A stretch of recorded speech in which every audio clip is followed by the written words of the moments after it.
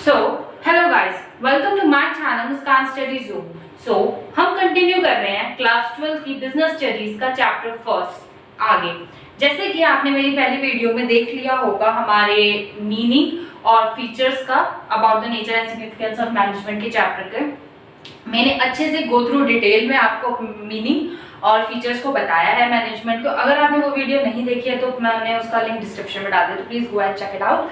सो हम अब आगे बात करते हैं ऑब्जेक्टिव्स की। फीचर्स के बाद अब बात आती है ऑब्जेक्टिव्स की। क्या क्या ऑब्जेक्टिव्स एज अ मैनेजमेंट रखती है? ऑब्जेक्टिव्स बोले तो मेन एम, कि उसका मेन एम है क्या। अगर कोई कंपनी या कोई ऑर्गेनाइजेशन जब मैनेजमेंट कर रही है तो एक मेन चीज सोचकर क्या करती है, किस वे में करती है, तो एक बार हम देख लेते हैं।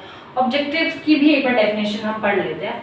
Objectives are the goals toward which the organisation the activity of the organisation are directed. यानी कि ऑब्जेक्टिव क्या एक ऐसा गोल है जिसके टुवर्ड्स हमारी ऑर्गेनाइजेशन अपनी सारी एक्टिविटीज को डायरेक्ट करती है। यानी कि ऑब्जेक्टिव क्या है, एक हमारा गोल है जिसके को जो हमारी जो एक ऑर्गेनाइजेशन है वो उसके थ्रू अपनी सारी एक्टिविटी उस गोल को अचीव करने के लिए करती है। आई बात समझ? यानी कि जो भी ऑर्गेनाइजेशन है एक गोल रख लेती है और अपना सारा जो एक्टिविटीज, जितनी भी एक्टिविटीज वो कर रही है वो सिर्फ उसी के डायरेक्शन में करती है कि मुझे क्या करना है, इस एक गोल को, एक एम को या ऑब्जेक्टिव को मुझे क्या करना है, अचीव करना है। आई बात समझ? तो वो ऑब्जेक्टिव्स हो जाते हैं। ठीक है, अब हमारे यहाँ ऑब्जेक्टिव्स भी तीन टाइप के आ जाते हैं। एक बार देख लेते हैं कौन कौन से हैं। तीन टाइप के ऑब्जेक्टिव्स हैं हमारे पास, ऑर्गेनाइजेशनल, सोशल एंड पर्सनल। तीन ऑब्जेक्टिव्स। अब एक एक करके एक को भी समझते हैं कि है क्या। ऑर्गेनाइजेशनल यानी कि ऑर्गेनाइजेशन के पॉइंट ऑफ व्यू से वो क्या ऑब्जेक्टिव रखते हैं अपने। तीन है, सर्वाइवल, प्रॉफिट एंड ग्रोथ। अब इसका मैं आपको बताती हूँ। एक ऑर्गेनाइजेशन का मेन एम क्या होता है? अगर मैं एक नया बिजनेस खोल रही हूँ, एक नया बिजनेस सेटअप करा है मैंने, तो मेरा पहला एम क्या होगा कि मैं अपने बिजनेस को क्या करा सकूँ, उस बिजनेस एनवायरनमेंट में मेरा जो बिजनेस है वो क्या कर जाए, सर्वाइव कर जाए। मतलब मैं अपना काम ऐसे करूँ कि वो उस मार्केट में क्या कर जाए, सर्वाइव कर जाए। क्योंकि कंपटीशन बहुत है तो सर्वाइव कराना भी एक मेरा एक ऑब्जेक्टिव बन जाता है, एक एम बन जाता है। ठीक है, अब अगर मेरा बिजनेस मार्केट में अच्छे से सर्वाइव हो गया तो मेरा दूसरा क्लिक क्या होगा कि मैं क्या करूं, प्रॉफिट भी कमाऊं। पहले था कि बस सर्वाइव तो कर जाऊं, इतना तो करूं। अब जब मैं उस लेवल पे फिट हो गई हूं तो अब मैं क्या सोचूंगी कि मैं क्या करूं, प्रॉफिट कमाऊं। खुद के लिए भी तो कुछ करना है ना। अब मैंने प्रॉफिट भी कमा लिया, अब तीसरी क्या चीज होगी भाई, अब मैं सर्वाइव कर गई मार्केट में, मैंने प्रॉफिट भी कमा लिया, अच्छा खासा कमा रही हूँ, तो मैं क्या करूंगी, अब मैं तीसरी चीज सोचूंगी ग्रोथ। कि जहां मैंने पहले एक शॉप से शुरू की थी ना, अब मैंने वहां सर्वाइव भी कर लिया, प्रॉफिट भी अच्छा खासा कमा रही हूँ, इनकम आ रही है अच्छी, तो क्यों ना मैं उसकी ग्रोथ करूँ। जहां मैं एक शॉप से काम करी वहां 2 से करूँ या उसके ऊपर पूरी एक फ्लोर बना लूँ। तो ये चीज तो पहला एक ऑब्जेक्टिव एक ऑर्गेनाइजेशन अपने पॉइंट ऑफ व्यू से क्या रखती है कि वो सर्वाइव करे मार्केट में।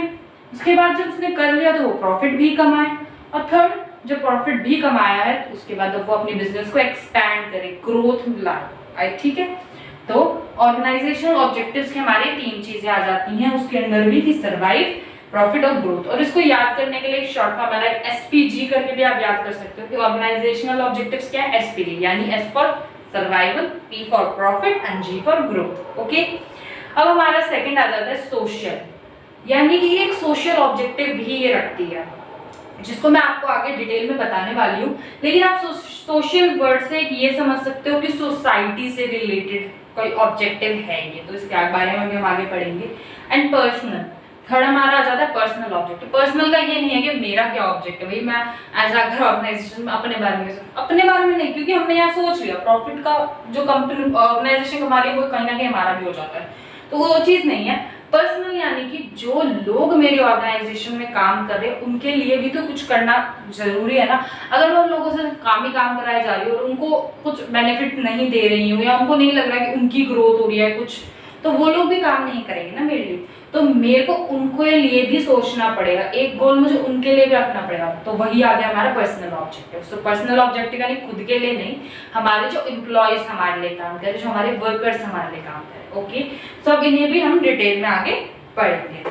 सो जैसे कि अभी हमने 3 ऑब्जेक्टिव्स देखे, first organisational, second social and third personal objective.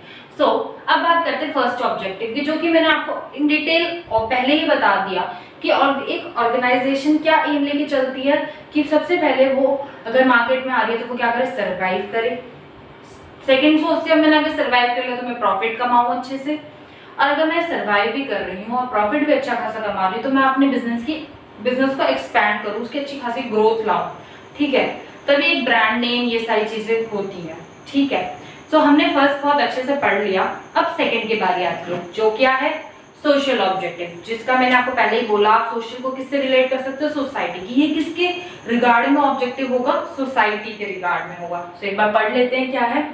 Social objectives are the objectives which an organisation, जो कि एक ऑर्गेनाइजेशन किसके लिए करती है, मेक फॉर द सोसाइटी, यानी कि किसके लिए किया जाता है, ये सोसाइटी के लिए किया जाता है। एंड प्रोवाइड देम सर्विसेज, और उन्हें क्या किया जाता है, सर्विसेज प्रोवाइड करी जाती हैं। क्योंकि एक ऑर्गेनाइजेशन जो होती है वहां पे लोग काम करते हैं, और वो लोग कहाँ से आ रहे हैं, सोसाइटी से ही आ रहे हैं। अगर सोसाइटी हमें इतनी सारी चीजें प्रोवाइड कर रही है, हमारी हेल्प करती है, तो हमारा भी एक पॉइंट बनता है कि हम भी उनको रिटर्न में कुछ चीजें प्रोवाइड करें। हम बेशक ज्यादा नहीं कर सकते, लेकिन एक ऑर्गेनाइजेशन का वो होता है कि आपको सोसाइटी के बारे में भी सोचना होता है, आप सिर्फ अपने लिए नहीं सोच सकते, ठीक है। तो एक बार ये चीज देखते हैं कि कैसी कैसी सर्विसेज एक ऑर्गेनाइजेशन उनको प्रोवाइड कर सकती है, ठीक है। सो फर्स्ट आता है हमारा गुड क्वालिटी प्रोडक्ट्स, यानी कि हम क्या कर सकते हैं कि हम उन्हें अच्छे से अच्छी गुड क्वालिटी प्रोवाइड करें। अगर वो लोग हमारे यहीं काम कर रहे हैं, वो चीज़ है, तो हम हमारी सोसाइटी में एटलीस्ट अच्छे प्रोडक्ट्स तो प्रोवाइड कर ही सकते हैं, लाइक चीप प्रोडक्ट्स ना प्रोवाइड करके, ताकि हमारी इससे क्या, अगर हम उन्हें अच्छे प्रोडक्ट्स प्रोवाइड करेंगे तो वो हमारी कंपनी के लिए ही बेनिफिशियल होगा ना, कि लोगों को हमारे प्रोडक्ट्स अच्छे लग रहे, पसंद आ रहे, तो वो और खरीदेंगे।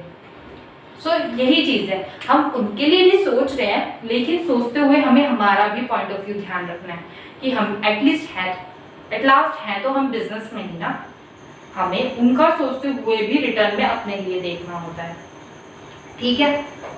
सो पहली चीज हुई कि गुड क्वालिटी प्रोडक्ट्स प्रोवाइड करना। दूसरा हम क्या सोच सकते हैं कि लो प्राइस रखा या थोड़ा रीजनेबल रखा, कि भाई अगर एक प्रोडक्ट है तो उसे एक रिच भी अफोर्ड कर सके और एक पुअर भी अफोर्ड कर सके, इतना भी हम कर सकते हैं। देन थर्ड, एम्प्लॉयमेंट जनरेशन, जो एक बहुत बड़ा कहते हैं ना टॉपिक होता है कि लाइक हमारे यहाँ बहुत ज़्यादा अनएम्प्लॉयमेंट है, लोगों के पास काम नहीं है, बेरोजगारी वगैरह। तो एक ऑर्गेनाइजेशन ये चीज़ भी कर सकती है कि अपनी ऑर्गेनाइजेशन में जो लोगों की ज़रूरत है, एज कम्पेयर टू मशीन्स का ना यूज़ करते हुए लोगों को यूज़ किया जाए, जिससे क्या है, एक सोशल ऑब्जेक्टिव पूरा हो रहा है, सोसाइटी से एम्प्लॉयमेंट हम जनरेट कर रहे हैं, तो वो एक चीज़ भी हम कर सकते हैं। तो ये हुआ हमारा सोशल ऑब्जेक्टिव, यानी कि एक ऑर्गेनाइजेशन क्या करती है, सोशली भी थोड़ा सोसाइटी के लिए भी सोचती है, उनके लिए भी कुछ चीज़ें करती है, ठीक है। तो अब बात करते हैं हमारे थर्ड उसके बारे में, जो कि है personal objective.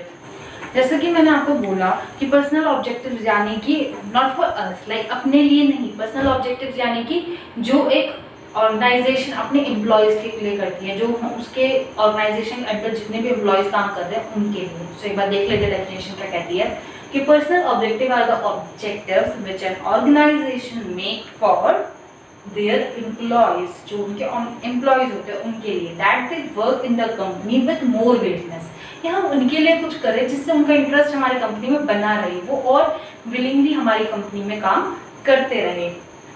So and provide them services, अब उनको कुछ सर्विसेज प्रोवाइड करेंगे, जैसे कि कैसी कैसी सर्विसेज प्रोवाइड कर सकते हैं कि हम उन्हें फाइनेंशियल नीड्स उनकी फुलफिल करें, जैसे कि जितनी वो सैलरी हमसे मांगते हैं, जितना वो डिजर्व करते हैं, जितना उनकी कैपेबल है वो उसकी, उतनी सैलरी हम उनको प्रोवाइड करें, इंसेंटिव्स दें, तो ये एक हम चीज़ कर सकते हैं।